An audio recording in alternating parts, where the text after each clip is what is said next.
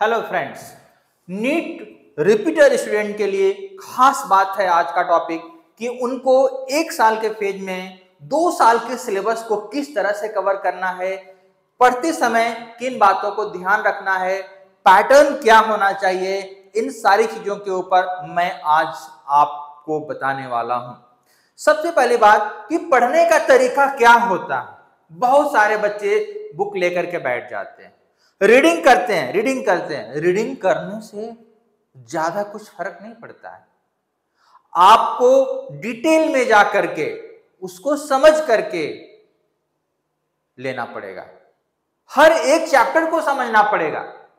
हाँ, उसके अंदर अगर कुछ एग्जाम्पल्स आते हैं तो एग्जाम्पल याद करने पड़ेंगे, लेकिन जितने भी कंसेप्ट हैं, हर एक चैप्टर के कंसेप्ट को डिटेल में जा करके समझ करके एनालिसिस करके उसको अप्लाई करके पूरी तरह से अपने पास दिमाग में परमानेंट मेमोरी में रखना होगा।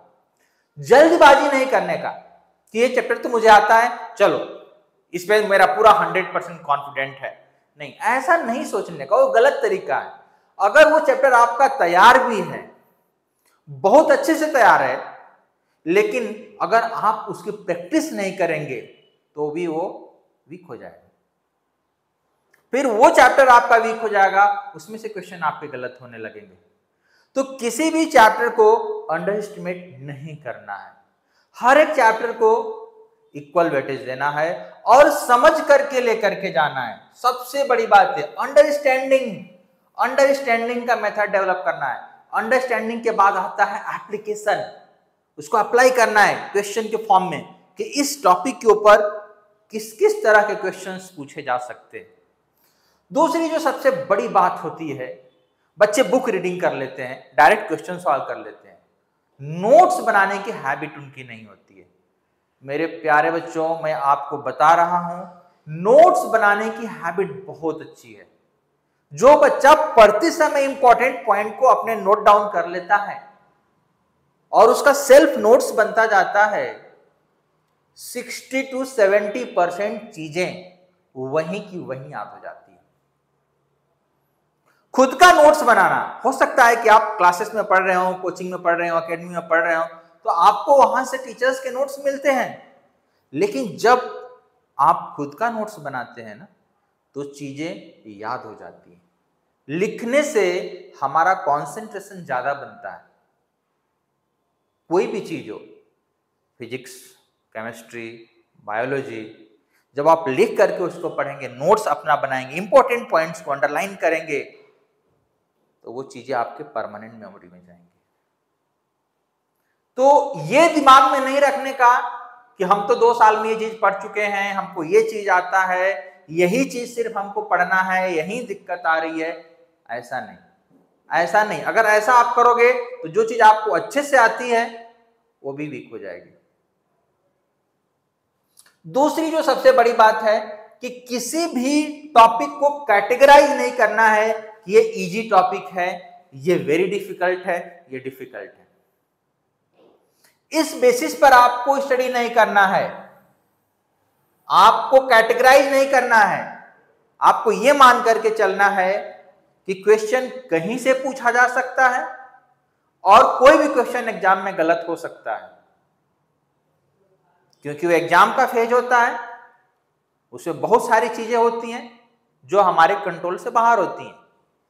इसलिए चाहे इजी हो या डिफिकल्ट हो, एक जैसा भेदभाव बिल्कुल भी नहीं करना है। समानता का अधिकार देना है हर एक क्वेश्चन के ऊपर। जब आप ऐसा करेंगे तो आपका जो प्रिपरेशन है वो काफी स्ट्रांग होता जाएगा, बहुत स्ट्रांग होता जाएगा। ऐसा इसलिए मैं बता रहा हूं कि हर एक पेपर का, हर एक एग्जाम का जो 70% पोर्शन होता है वो इजी होता है। बच्चे उसको इग्नोर कर देते हैं, अरे ये तो इजी है, ये तो मुझे आता है, लेकिन जब उसी में से क्वेश्चन पूछा जाता है तो गलत हो जाता है। क्यों? क्योंकि वो इजी मान करके उस चैप्टर को अच्छे से नहीं पढ़े थे, लाइटली ऊपर पढ़े थे। और हर एक एग्जाम में, not only the NEET exam, दुनिया के हर एक एग्जाम में 60 to 70% क्वेश्चन इजी ही होते हैं और उनके बेसिस पर ही सिलेक्शन होता है। नाउ उसके बाद है आपको लॉट्स ऑफ मॉक टेस्ट की प्रैक्टिस करनी पड़ेगी। ये एक अलग फॉर्मेट है, full length test, full syllabus test पे बहुत सारे क्वेश्चन, बहुत सारे आपको पेपर सॉल्व करने पड़ेंगे। इससे आपको कंप्लीट सिलेबस के ऊपर कंट्रोल रखने में काफी मदद मिलेगी, प्लस आपका कॉन्फिडेंस बिल्डअप होगा कि मैं तो मॉक टेस्ट सॉल्व कर रहा हूं और आपको अपने प्रिपरेशन का आइडिया भी लगेगा कि चलो अभी इसमें इतना कम, इतना कम, इतना कम। तो मॉक टेस्ट सॉल्व करने से आपके प्रिपरेशन का एक एग्जैक्ट आइडिया पता चलता रहता है कि मुझे और कितना स्कोर करना है। प्लस साथ में पूरे सिलेबस के ऊपर, फुल सिलेबस के ऊपर आपकी नजर बनी रहती है और क्वेश्चन बार बार रिपीट होने से वो याद हो जाते हैं। सो चैप्टर वाइज टेस्ट देने से बचो। Chapter wise test is not good for the repeater student.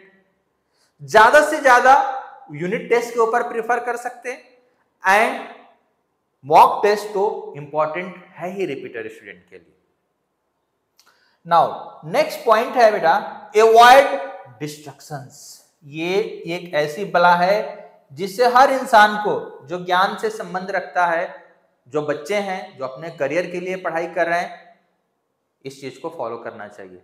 Avoid distractions, दोस्ती, टाइम पास, गपशप, ये सारी चीजों से बचना पड़ेगा, नहीं तो 1 साल और खा जाएगा। ये 1 साल और खा जाएगा वो। तो आपको इन सारी चीजों से बचना है जो आपका टाइम किल करते हो। बहुत सारे हो सकता है आपके दोस्त, अरे चलना इतना पढ़ लिया, आज मूवी देख कर आते हैं, टाइम पास करके आते हैं। ठीक है, ब्रेक होना चाहिए, मैं ये नहीं बोल रहा हूं कि ब्रेक नहीं होना चाहिए। स्टडी में थोड़ा थोड़ा एक इक्वल इंटरवल पर ब्रेक होना चाहिए माइंड को रिफ्रेश करने के लिए, लेकिन वो रिफ्रेशमेंट बहुत ज्यादा नहीं पड़ना चाहिए ताकि वो डिस्ट्रक्शन में कन्वर्ट हो जाए।